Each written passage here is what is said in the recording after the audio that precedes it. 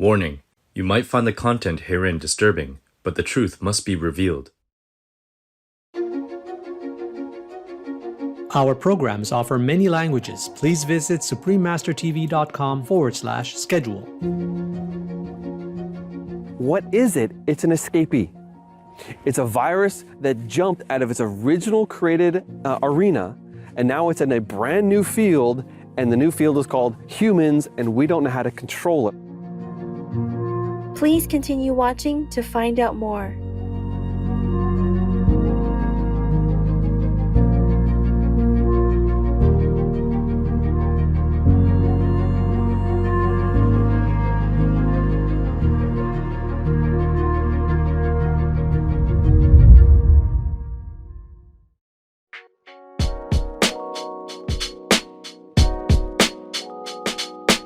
Hoe gaat het met u? Means how are you in Dutch, the official language of Republic of Suriname. My name is Paul. The gentle people of Republic of Suriname appreciate you for treading lightly on the earth to protect our planet and its inhabitants.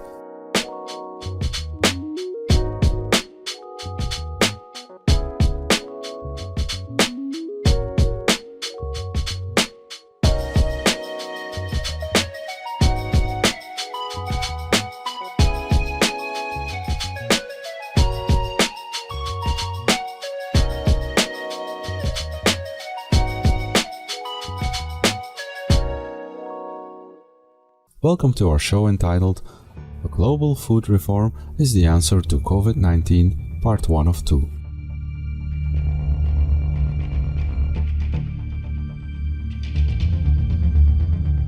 The COVID-19 pandemic has taken an immense toll on human lives and the world economy.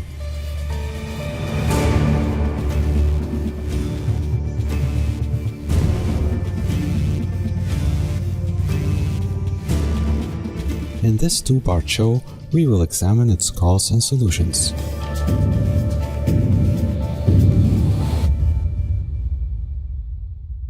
In a YouTube video posted on March 14, 2020, marine biologist Dr. Robert Carter, a senior scientist and speaker for Creation Ministries International USA, or CMI USA, in Atlanta, Georgia, USA, discussed how SARS-CoV-2, the coronavirus responsible for COVID-19, emerged. You probably learned that you have more bacteria in and on your body than you have cells in your body. That's a lot of bacteria, but you know what? You have even more viruses than you have bacteria. What? What are the viruses doing? They're controlling the number of bacteria in your gut, and they're controlling the species of bacteria. So what they're doing is regulating. In general, they don't cause disease. However, when they jump to another species, that other species doesn't have the ability to regulate this virus properly. Right now, there's a new virus in the world. It's a coronavirus. This is not a good thing. But what is it? It's an escapee. It's a virus that jumped out of its original created arena, and now it's in a brand new field, and the new field is called humans, and we don't know how to control it. Our immune system doesn't deal with it very well. In other words, viruses normally are benign and species-specific, but can wreak havoc when they jump species. A pig coronavirus normally cannot infect a human because the spike proteins on the pig virus do not fit the receptors on the human cells. For a coronavirus to infect another species, its spike molecules would need to mutate first before they can attach themselves to the cells of the new host species, in a lock-and-key fashion. For reasons as yet unknown, such mutations can and do occur, enabling a virus to jump species. A disease that is transmitted from animals to humans in this fashion is known as a zoonotic disease. The current consensus among the scientific community is that COVID-19 originated in bats. Bats are a major natural reservoir of coronaviruses. Bats do not become ill themselves from the coronaviruses they carry, but can pass them on to other animals. Since humans rarely interact with bats, it is unlikely that bats directly gave the COVID-19 virus to humans. However, humans routinely interact with other wildlife and livestock animals.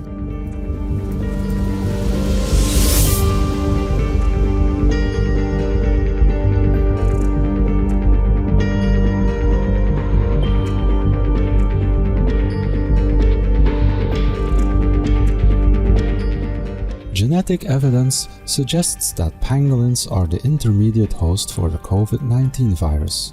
The pangolin is the most globally trafficked mammal. According to the International Union for the Conservation of Nature, IUCN, more than 1 million pangolins were poached and illegally traded for their meat and scales used in traditional Chinese medicine from year 2000 to 2013. It is believed that the COVID-19 virus jumped from the trafficked pangolins to humans at the wet market in Wuhan, China in December 2019.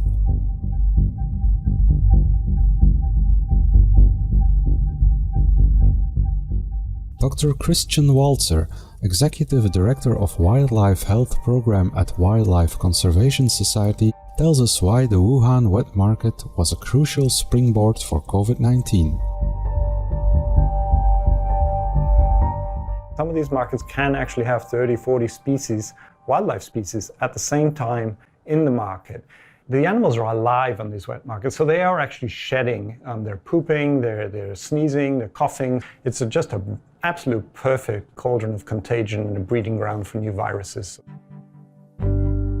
Other than wildlife trafficking, animal factory farms constitute another significant source of zoonotic epidemics. The avian flu epidemic of 1997 and the swine flu pandemic of 2009, for example, originated in livestock farms.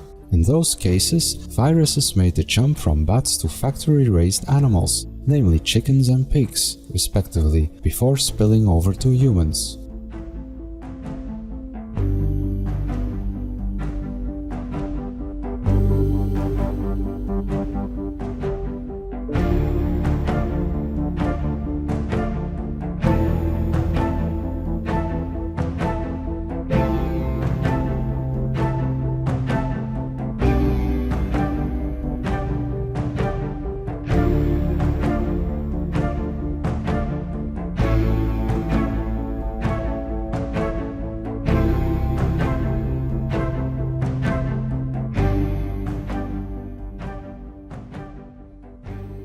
Concerned viewers, we will now pause for a brief constructive message.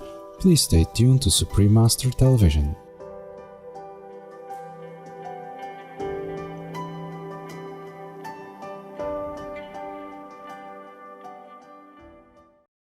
Warning: you might find the content herein disturbing, but the truth must be revealed. Welcome back to our program.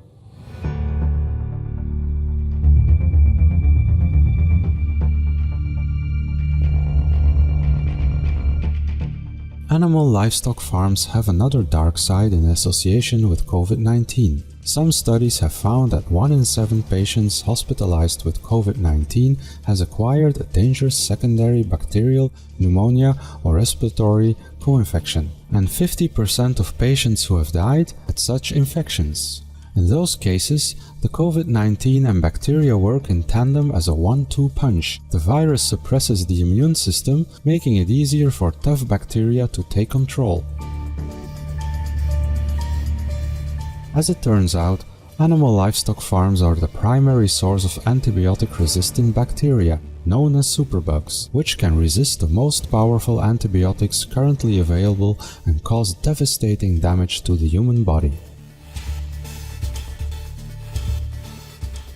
Why are livestock factory farms highly conducive to the proliferation of superbug bacteria? Professor Lance Price, the founding director of the Antibiotic Resistance Action Center at George Washington University, explained in a TEDx talk in 2014. When I see these factories, when I see these operations, I don't see factories making meat. I see factories making trillions and trillions and trillions of drug-resistant bacteria. No, the most diabolical villain could not design a better system for creating superbugs than the modern CAFO. You have everything you need. You have tens of thousands of animals crammed together in filthy, stressful conditions. You have bacteria, loads of bacteria, right, living in those animals, spreading between those animals. And then you have the magic ingredient. You have a steady stream of low-dose antibiotics. As more resilient multi-drug resistant bacteria emerge from animal factory farms, we are running out of antibiotic treatments for deadly infections. Of even greater concern is that superbug bacteria in livestock farms present an enormous risk of bacterial pandemics. A prime example of a bacterial pandemic is the bubonic plague, the Black Death that wrecked Europe in the Middle Ages.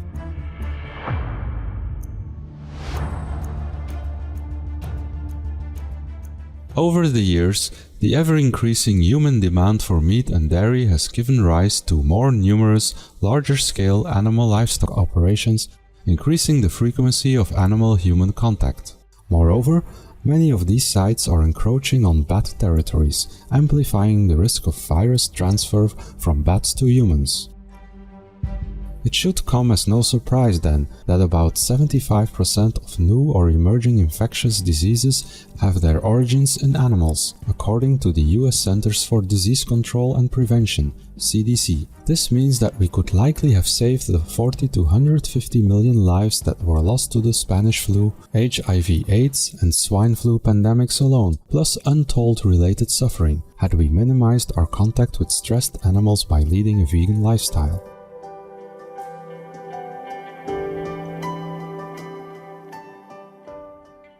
The majority of those animals had their lives taken away from them, because meat and dairy were thought to be a legitimate part of the food pyramid. However, the science of dietetics and nutrition has come a long way. A significant number of the world's most advanced health organizations and medical institutions have now declared that a well-planned vegan diet is appropriate for all stages of life, including pregnancy and infancy. These organizations include the American Academy of Nutrition and Dietetics, the British Dietetic Association, Dietitians of Canada, the Australian National Health and Medical Research Council, New Zealand Ministry of Health, and Harvard Medical School. It is not just about health of the individual, but also the health of our Earth home. According to the prestigious World Watch Institute, animal livestock raising is the #1 cause of human-induced global warming.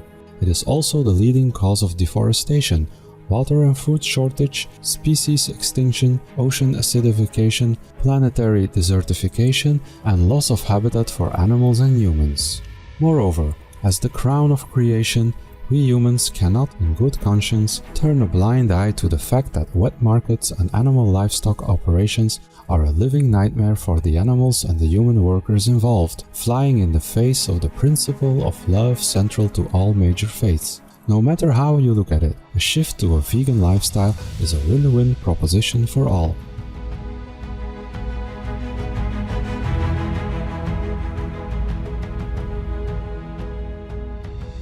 Dear friends, we have no time to lose. As we have illustrated, we may be just one animal livestock farm, one wildlife, or one livestock animal away from the next zoonotic pandemic, which could be even deadlier, according to an assessment by top experts from the Intergovernmental Science Policy Platform on Biodiversity and Ecosystem Services, IPBES, published on 27th of April 2020.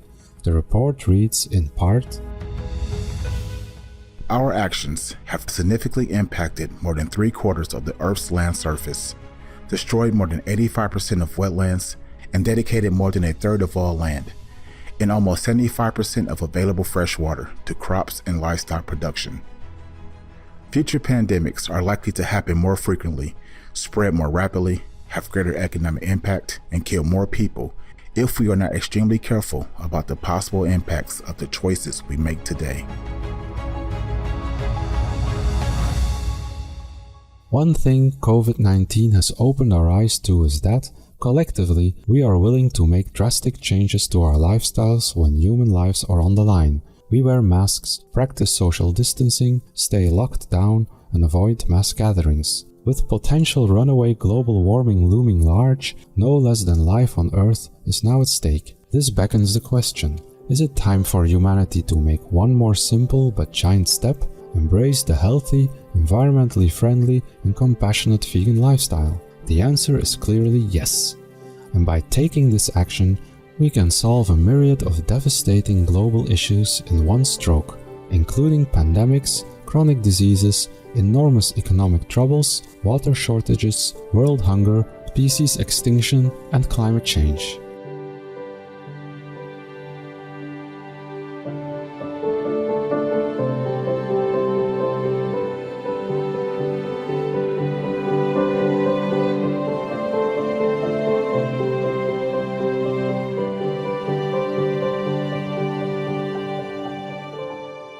Wise viewers, thank you for your company today.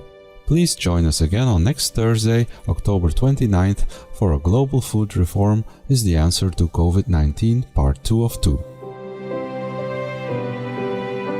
May all beings be cherished by humanity and protected by heaven's grace.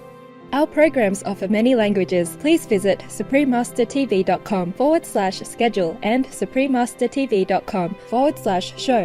Nos programmes offrent plusieurs langues. Veuillez visiter suprememastertv.com/schedule et suprememastertv.com/show. Nuestros programas ofrecen varios idiomas. Visiten suprememastertv.com/schedule y suprememastertv.com/show. รายการของเรามีให้หลายภาษาโปรดดู suprememastertv.com/schedule และ suprememastertv.com/show